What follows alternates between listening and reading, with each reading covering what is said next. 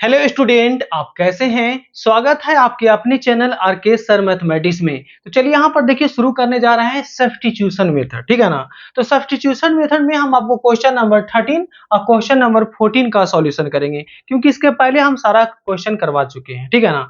अब यहाँ देखना है क्या, ये आपका बुक का नाम है RS अग्रवाल, यानी कि एक्सरसाइज है 2A। अब ध्यान दीजिएगा, जिन स्टूडेंट को 12th में बहुत ही अच्छा नंबर लाना है उनको करना है क्या कि शुरू में एक एक क्वेश्चन, फर्स्ट बार में एक एक क्वेश्चन बना लेना है, क्योंकि RS अग्रवाल बहुत ही बेसिक कॉन्सेप्ट का क्वेश्चन है। अगर आप एक एक क्वेश्चन बना लेते हो तो बहुत ही अच्छा कॉन्सेप्ट हो जाएगा और आगे भी बहुत अच्छा कर लीजिएगा, ठीक है ना। तो चलिए यहाँ पर चलिए सॉल्यूशन करने जा रहे हैं क्वेश्चन नंबर 13, उसके बाद क्वेश्चन नंबर 14 का। चलिए यहाँ देखिएगा सॉल्यूशन क्वेश्चन नंबर 13। सबसे पहले यहाँ पर करेंगे क्या, यहाँ देखिए, है ना। ये आपका क्वेश्चन है क्या कि कॉसेक स्क्वायर, यहां पर है कॉसेक स्क्वायर 2x + 5 है इंटू dx है। क्लियर। अब सब्स्टिट्यूशन मेथड में करना क्या पड़ता है कि सब्स्टिट्यूट करना पड़ता है, यानी कि ये जो आपका दिया हुआ इसको आप t ले लेते हैं, इतना को t या z ले लीजिए, कोई दिक्कत नहीं है। तो चलिए यहां पर हम करते हैं क्या, पुट t इक्वल टू हो जाएगा कितना 2x + 5 हो गया। अब यहां ध्यान देना है कि t को डिफरेंशिएट करेंगे, t को डिफरेंशिएट करेंगे x के रेस्पेक्ट में। तो आपको पता होना चाहिए कि कांस्टेंट का होता है 0, मगर इसमें x लगा हुआ है तो 2 को बाहर निकाल लेंगे और dx/dx, ये तो डिफरेंशिएशन में हल्का जानते होंगे, कांस्टेंट का होता है 0। तो ये आपका कितना हो जाएगा 2x का डिफरेंशिएशन 1 और कांस्टेंट का 0, यानी कितना हो जाएगा आपका 2 हो गया।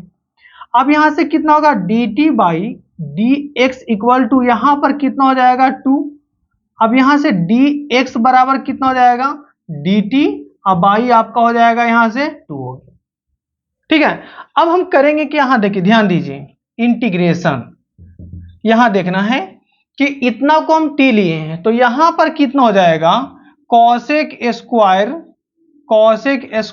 t, और dx के जगह पर कितना है dt/2, है ना, dt/2 है। अब ध्यान देना है कि अगर आप इंटीग्रेशन पढ़ रहे हो तो डिफरेंशिएशन पूरी तरह से कंफर्म होना चाहिए, यानी कि आपको डिफरेंशिएशन में कोई दिक्कत नहीं होना चाहिए, ठीक है ना। तो कॉसेक स्क्वायर का इंटीग्रेशन क्या होगा, भूल गए होंगे। तो कॉट का डिफरेंशिएशन क्या होता है, कॉट का डिफरेंशिएशन होता है minus cosec square x.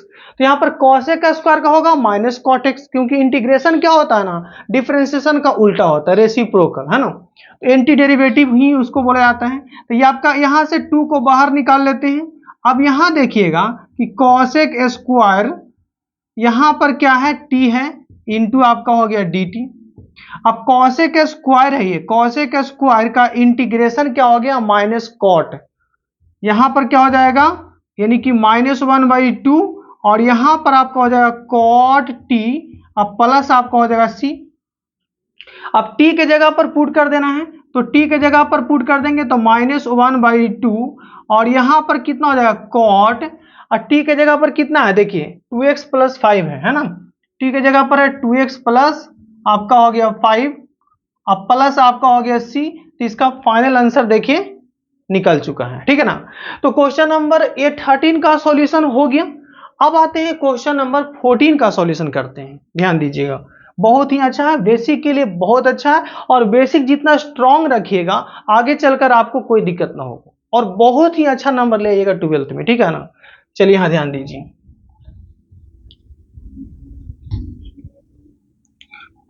Question number 14 का सॉल्यूशन करने जा रहे हैं। 14 का सॉल्यूशन देखेंगे, सॉल्यूशन 14। अब यहां देखना है कि क्या है ये sine x into cos x into dx। Clear.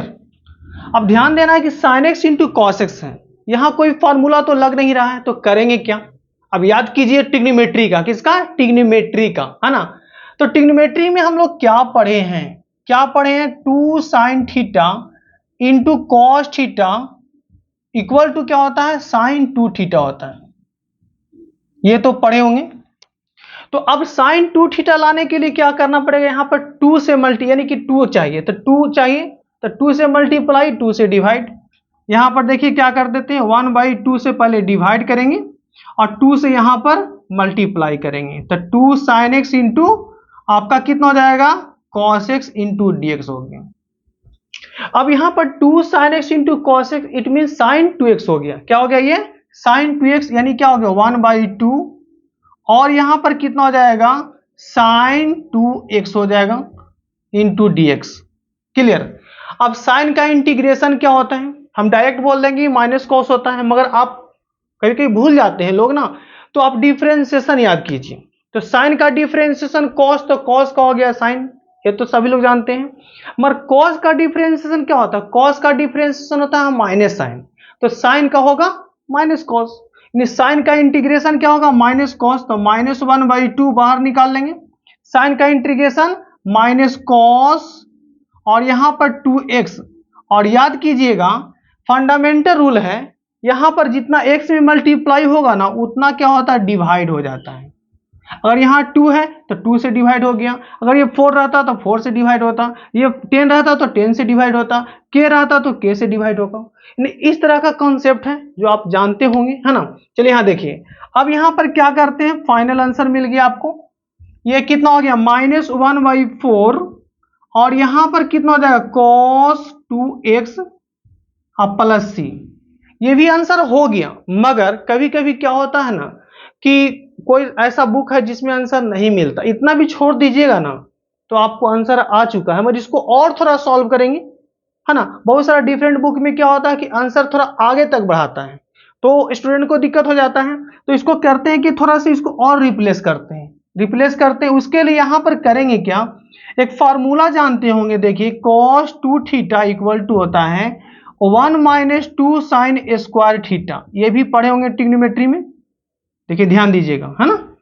तो इस फार्मूला का अगर यहाँ अप्लाई करते हैं तो यहां पर क्या हो जाएगा देखिएगा, मैंने -1/4 और cos 2 थीटा कितना हो जाएगा 1 - 2 sin स्क्वायर थीटा, यानी क्या होगा 2 sin स्क्वायर x प्लस यहां देखिए कांस्टेंट अभी और इसमें दिखने को मिल रहा है, तो यहां पर आप C1 ले लीजिए, ज्यादा अच्छा रहेगा, लास्ट में हम C कर देंगे। चलिए अब यहां पर देखिए ध्यान दीजिएगा, थोड़ा सा और इसमें कुछ करना है काम, देखिए थोड़ा सा इसमें और दिमाग हल्का सा लगाएंगे हम लोग।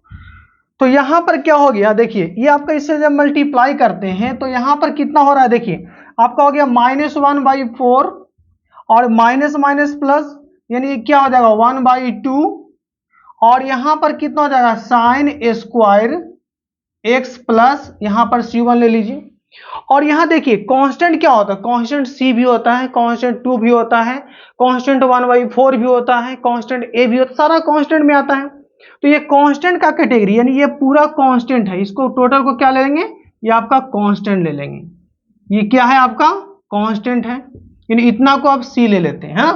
तो आप कह सकते हो कि C इक्वल टू क्या ले लिए -1/4 और प्लस C1 को हम टोटल इतना को C ले लिए, इतना एक पोट्री में बांध दिए, है ना, पोट्री समझते हो ना, एक आ गया ग्रुप में, तो ये आपका कितना हो गया, आपका एक C हो गया। अब यहां पर करेंगे क्या इंटीग्रेशन, देखिए इतना टोटल C हो गया, तो अब बचा क्या 1/2 और यहां पर कितना हो गया sine square x plus C, यही इसका फाइनल आंसर होगा। बहुत अच्छे अच्छे बुक में क्या होता है ना कि ये आंसर देता है, आप यहां तक छोड़िएगा तो आंसर सही है, मगर कोई कोई बुक में ये कहता या कह देगा कि प्रूव कीजिए, है ना, इतना को लाइए, तो आपको लाना पड़ेगा। तो ये भी आप रूल अप्लाई करना होगा और ये आपका हमको लगता है कि यही सबसे बेस्ट मेथड है और यही यहां तक आपको लाना है, सबसे अच्छा रहेगा, ठीक है ना। तो इतना अगर बना लीजिएगा तो आपको एक भी नंबर नहीं कटेगा, 100 में 100 जरूर मिलेगा, यानी कि जितना अगर ये 5 नंबर का होगा तो 5 में 5 तो पक्का है, आएगा ही, ठीक है ना। तो अगर वीडियो से कुछ सीखे होंगे तो इस चैनल को सब्सक्राइब कीजिए, लाइक कीजिए एंड शेयर भी कीजिए। जय हिंद, जय भारत, ठीक है, ओके।